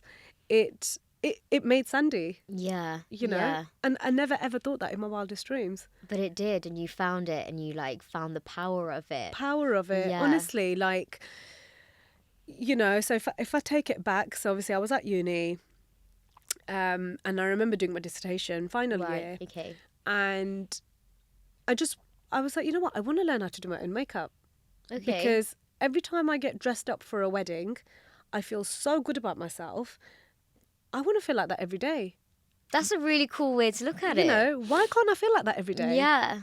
Who said I can't get dressed up every day? Yeah, you know? yeah, exactly. Who said I can't do my makeup every day? I want to feel like that every day because that's the only time I forget about everything and I feel so confident within myself. You know, I feel like I can, you know, I can achieve anything. Yeah, I can achieve it. I feel so, I don't know, powerful. I feel so strong about myself. I feel so amazing about myself. Yeah. And I want to feel like that every day. That's a really cool way to look at it. You That's know? a really cool way. And honestly, and you know, I did a makeup course just to learn how to do my own makeup. That was it. That was it. And I never in my wildest dreams thought that would ever become a career for me. Yeah. I love those kinds of stories. You when know, they just kind of develop. It just developed. And, you know, and today, you know, I feel like, you know, people say to me, how do you wake up at 3 a.m. and go to work? I don't know, I love it. Like, if my alarm was Yeah. going off a normal day, I'd snooze it about 10 times Yeah, before I get out of bed. yeah. The day my alarm goes off on a Saturday or a Sunday, I'm up within the And you're first just alarm. ready. I'm ready and I'm raring to go for the day. Yeah. You know, I'm full of energy at 3 o'clock in the morning. Yeah. And, you know, I'll go to my bride's house, I'll get up, I'll do my full makeup, I get ready, I get dressed, and I'm ready for the day. Yeah. And, you know, I'll turn up to my bride's house and they're like, oh my God, you know, you look great. You've got your makeup done, you know. And I'm you're like, yeah, no, you know, I'm here to get you ready. I'm not here to have a nap. Yeah, know? exactly. I don't want to look like I'm ready for bed. You know, I'm Yeah. here and I'm ready for the day. So, Yeah, you know, and let's, it's your let's day, so get let's you make ready. it good. Yeah. Let's get you ready now. Yeah. And honestly, I feel like I come to life when I'm doing what I love doing, and that's makeup. Yeah. And making, you know, my brides feel amazing about themselves brings me so much joy. It Yeah, I makes can me see so that. happy. Yeah. It makes me so happy. And I honestly, I don't know what I would do if I wasn't doing makeup. I don't feel I would have the But I feel same like it's energy. your purpose. It's my purpose. Yeah. Yeah. I don't feel like I would have the same energy within me if I was doing something else. I just can't Yeah. see myself doing anything else So now. you actually found success in your passion. I did. Yes. That is so amazing. I did. to Honestly, me, like who would think eyeshadow and makeup would make you feel so good about But it yourself? right? does. It does. It's it just does. amazing. Honestly, I mean, yeah. I love makeup. I Yeah. always have, and I found the power in it because it does make you feel Confident. just so confident in Yes, yourself. yeah. Like, and there's something about the application of it. It's like, I find it's like art. It's like It is, yeah. artistry. Like, I find it amazing. You know what? I used to love art at school. Did you? And now it makes sense. Yeah, so it's all that creative Yes. side that comes out, and you can just, and you've then got autonomy for your own self because you can do it however you like. Yeah, definitely. But then to make someone else feel that good about themselves must just give you like endorphins. Like, honestly, it does. I think I live for that moment. yeah, for them to see like themselves in the mirror after. Like for them and, you know, their Yeah. family and, you know, to see the smile on every dad's face when he sees his Yeah, daughter dressed up. yeah. Honestly, it's the best feeling. You get to just relive those moments. Relive those moments. Yeah. Yeah. And honestly, it's amazing. It's you know, I love what I do. Yeah, I Yeah. think that's absolutely like incredible, and I think for you to even have the motivation to do what you do, go back at it, and then become super successful in it, like I feel like that's going to give a lot of women and even men like hope if they're in like a negative space or not feeling so good, Yeah. that there is space to turn your life around. Honestly, you know, when I went to uni, Yeah, well, before I went to uni, you know, how I said I did feel like, you know, oh my God, I'm a mum. How can I go Yeah. to uni? Even though I was 21, I felt like I was old because I was older in the sense of where I was in my life. yeah, I was a Yeah. mother and I had a son, you know. And I remember thinking, oh my God, everyone's going to be young. How am I going to fit in? yeah, Like, it was really daunting. I remember the day one, going into uni on my own, not having a single friend there, you know. yeah, And I remember I walked in and this lady came and sat next to me, and I think she was obviously, she was a lot older, and I started talking to her, and she was on the same degree course as me, criminology, and I asked her, I was like, oh, sorry, don't mind me asking, but, you know, how old are you? And she's like, oh, I'm retired, I'm in my 60s.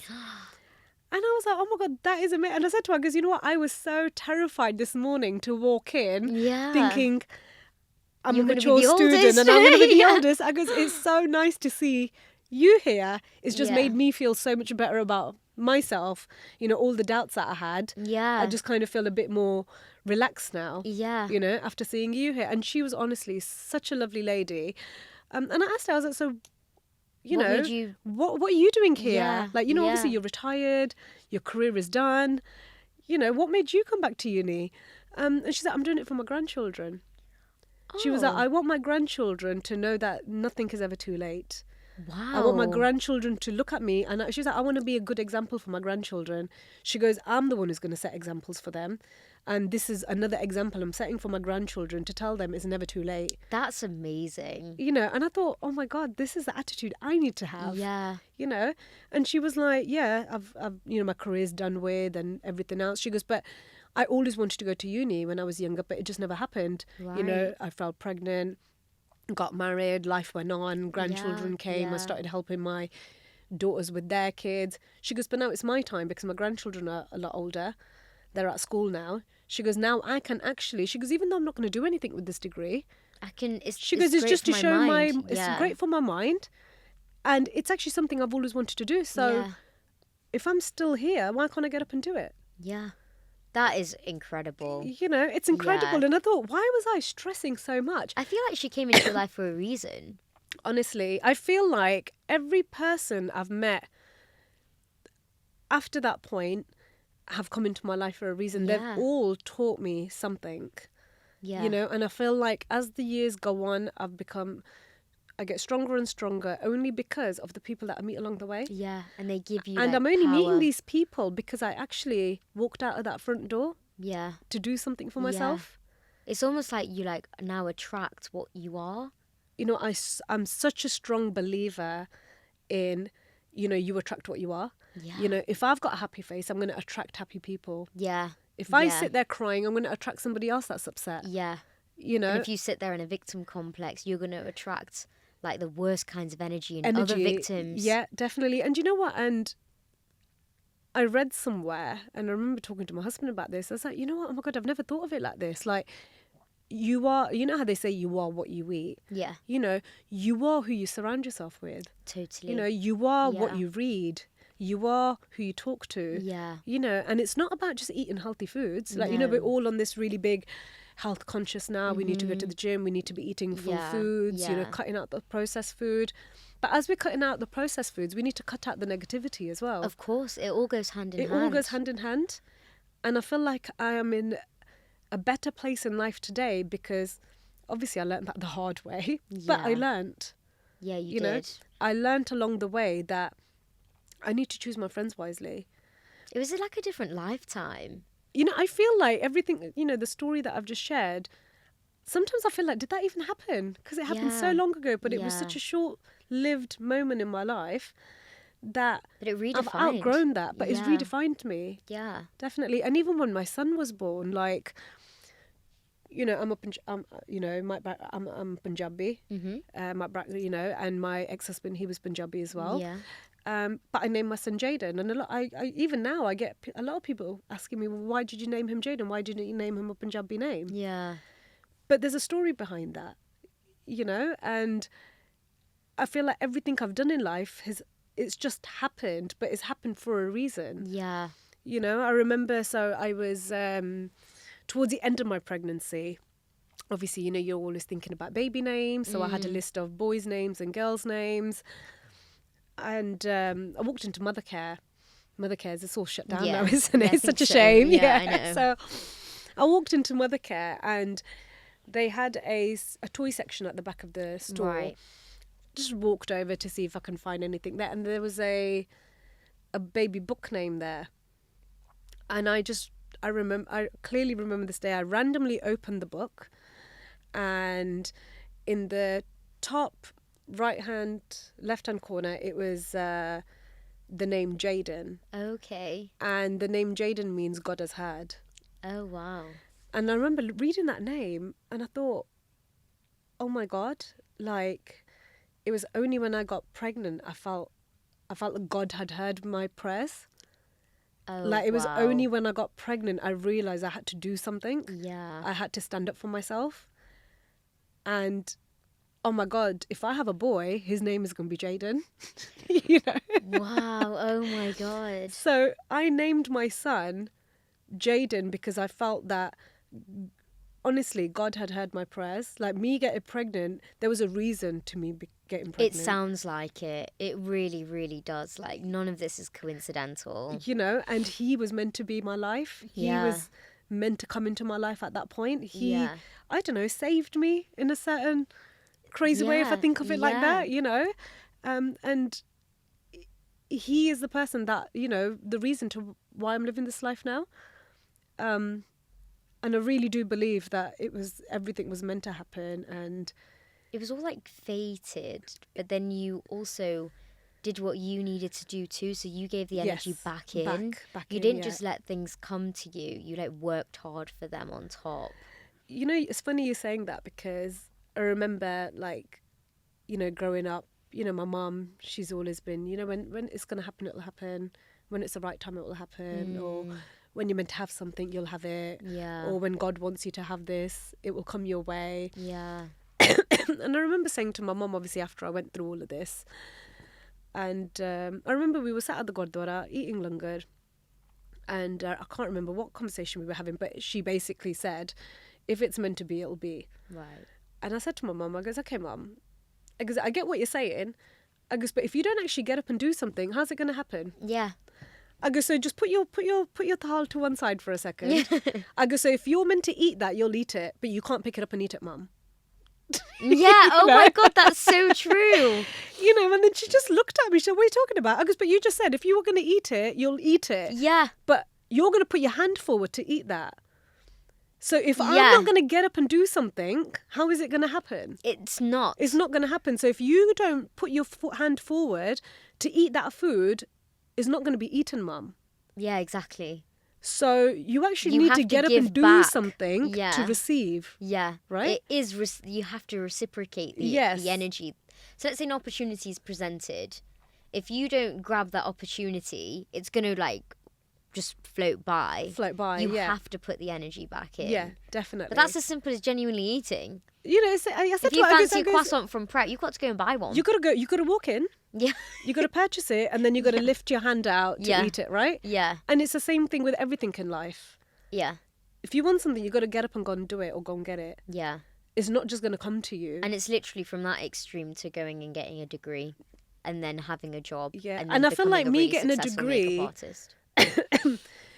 The reason why I went back to university was because I think of the way my ex made me feel, Yeah. the way he started talking down to me. Yeah. So getting a degree was just to prove to everybody that I can go and get a degree if I want to go and get one. And you did. And I did. You know, I never had a degree at that point because I just never wanted to go to uni then. Yeah. It was your But that- choice. It was my choice. Yeah. It wasn't that I can't do it. It was my choice. Yeah. So now I actually need to prove to myself and to everybody that I can do this. Yeah, and you went And and I will did do it. this. Yeah. And I went and did it. But then I feel like along that way, I found another passion, which was makeup. Yeah. And that's what I stuck with. So along that journey of regaining your power, Yes. you found power in a passion. I did. That yes. is just incredible. Yeah.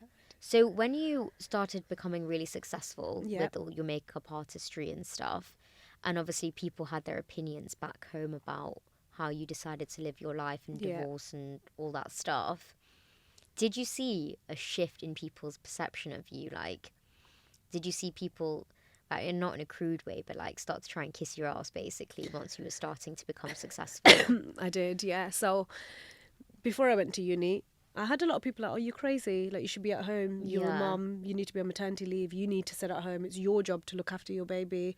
Yeah, of course it is. But it's my job also to provide for my baby. Yeah. I'm the mother and the father right now. Yeah. You know, I need to do everything that I need to do as a parent now, right? But not a lot of people understood that. It was, why are you going to uni? And then obviously I then started doing makeup. But makeup, if you take it back to even 14 years, it wasn't a big thing. No. Makeup was not a big thing. It was not at all. You know, and there wasn't Yeah. that many makeup artists. No.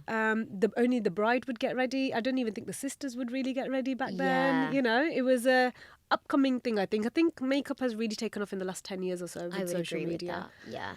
Yeah. So when I then did my makeup course and then started obviously taking bookings, it was again, oh no, we don't really think that's going to work. You know, we don't agree with what you're doing.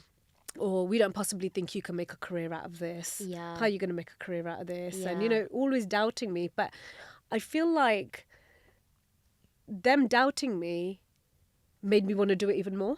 Yeah. So it was like the fight to keep It was the fight to going. keep going Yeah. and to prove everybody that I can do this. Yeah. And I will do this. Yeah.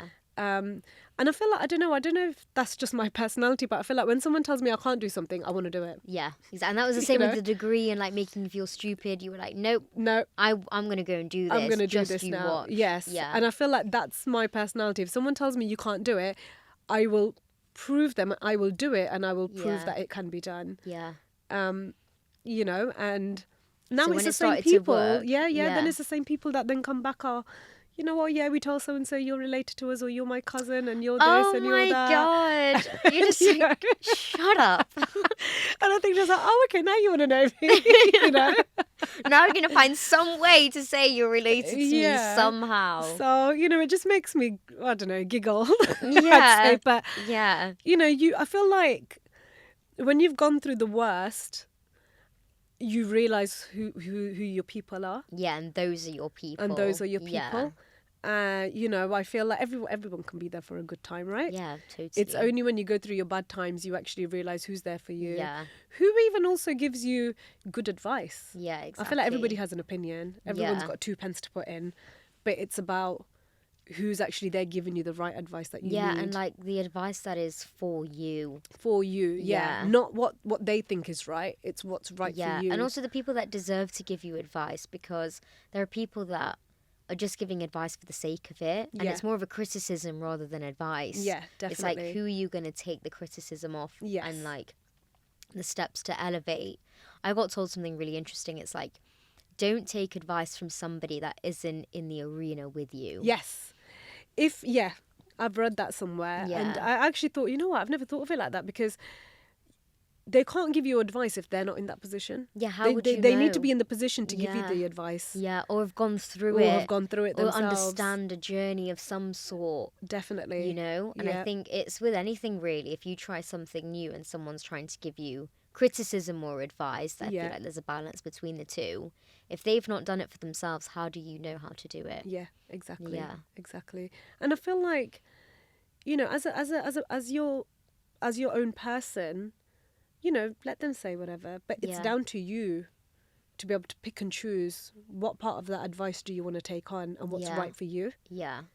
And what's not right for you. And you've got to be confident in yourself in order to either take the advice or to just leave it alone. Definitely. It's like, take what resonates. Yes, definitely. Basically. And also, it's funny saying that, also about, loving yourself. Yeah. I feel like that is such an important thing, and a lot of people don't do that. And so how did you get to loving yourself? Like, what was your process? So I feel like it was when I found myself. Okay. I feel like when I was happy doing what I was doing on a day-to-day. Yeah. And I remember, obviously along the way, everybody was like, you need to get remarried again, you need to, and I was like, I don't really, because I've got my son, I'm happy with my life, and if I find somebody along the way, I'll find someone. That's fine, yeah. It's fine. But, my main, obviously, goal is always me and Jaden living a good life. Yeah. And I remember thinking about it. Then I thought, you know what, I actually need to be happy within myself before I find happiness from someone else. Exactly.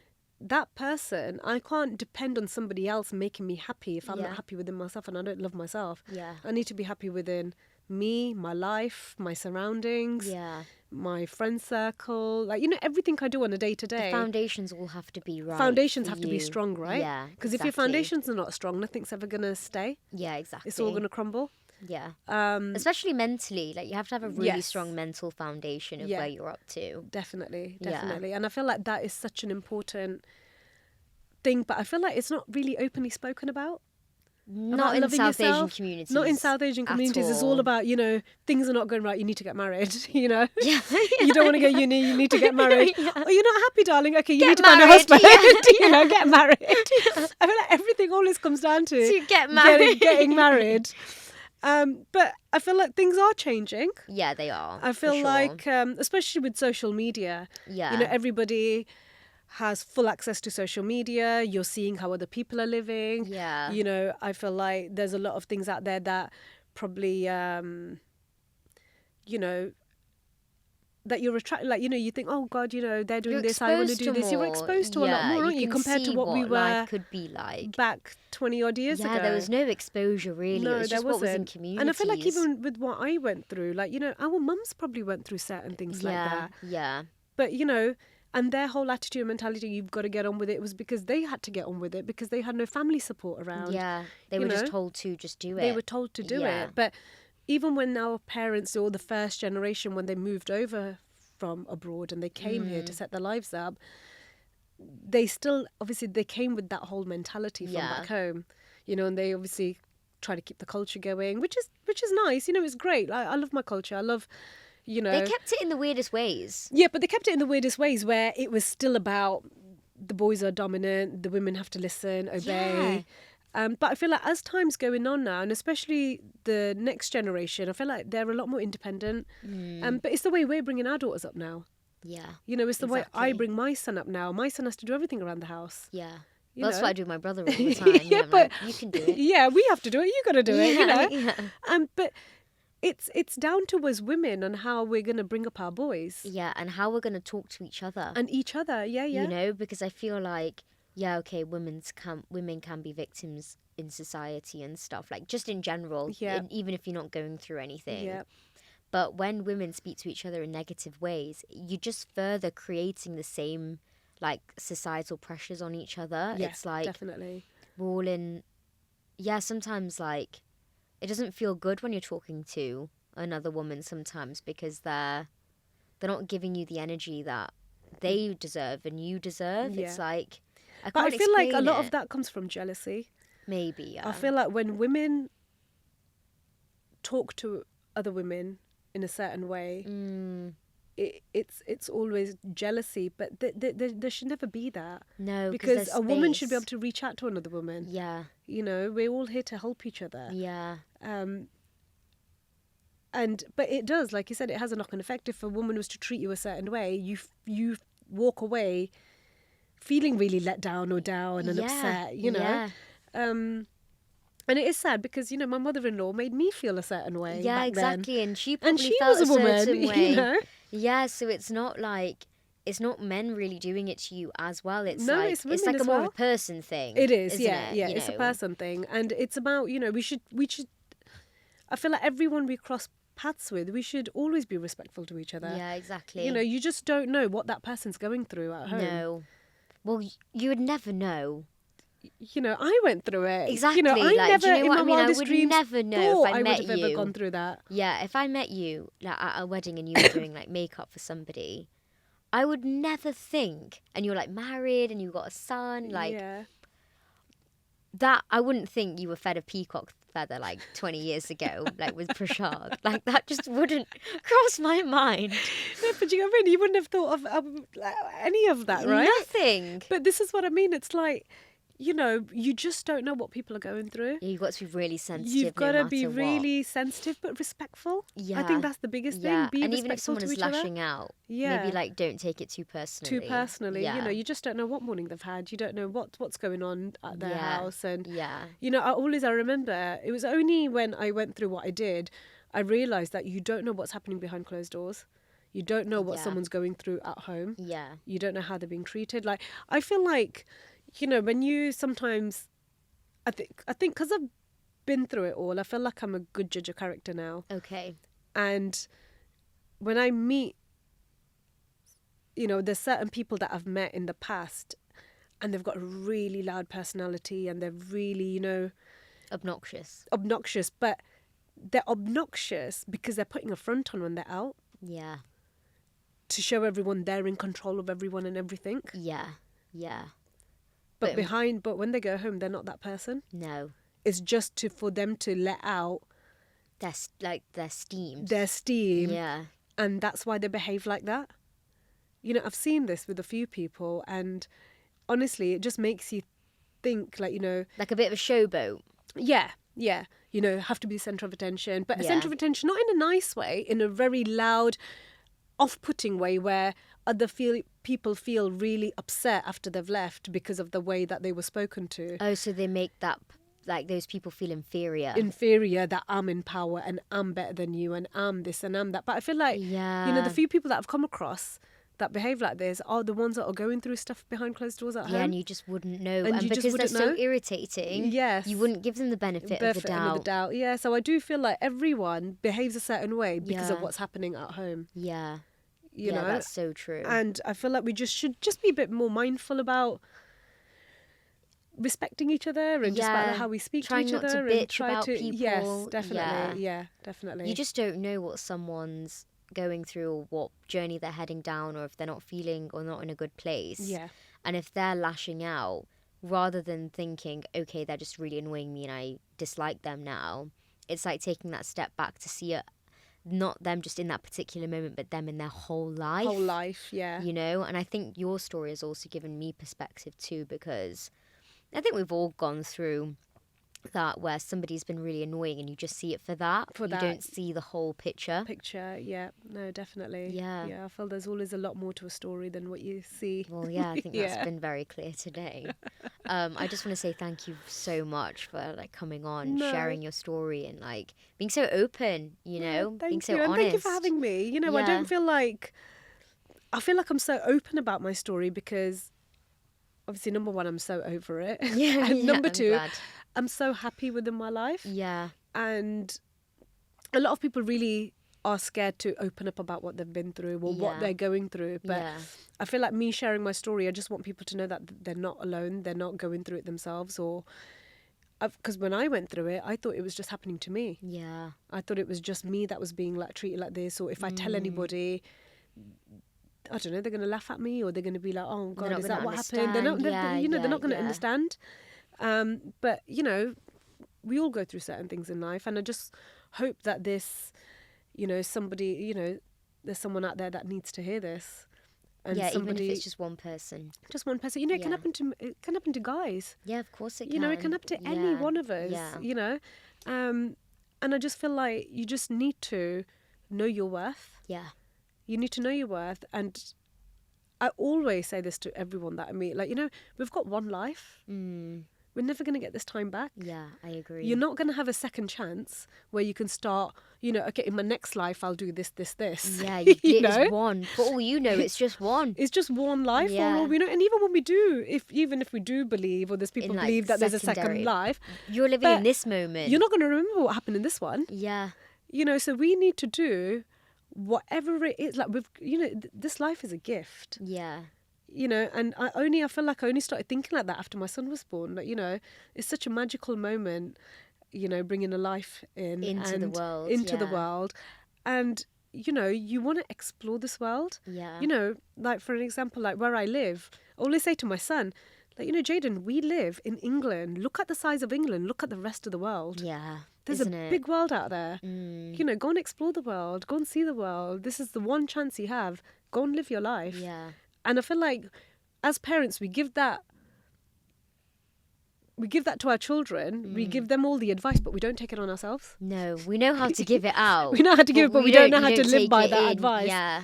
You know, and I feel like we all need to live our life to the fullest and just do what makes you happy. Yeah. And, you know, and finding what makes you happy. Yeah. You know, can be anything out there that makes you happy. You just, if you're good at what you do, you'll love every day of it. Yeah, exactly. I don't even feel like I go to work. I've That's been doing amazing. this for 10 years, I that think is now. amazing. I don't feel like I go to work. I just feel like I'm just... Like, you're just living your life. Yeah, I'm just living my life. Every weekend I'll go and see, you know, a new bride and I think that's what a lot of people with her need and to get hear. her ready, you know. Yeah, like your life can be fulfilled and it can be happy and it can be filled with a passion. In passion, yeah. You know, it doesn't have to be so negative all the time. No.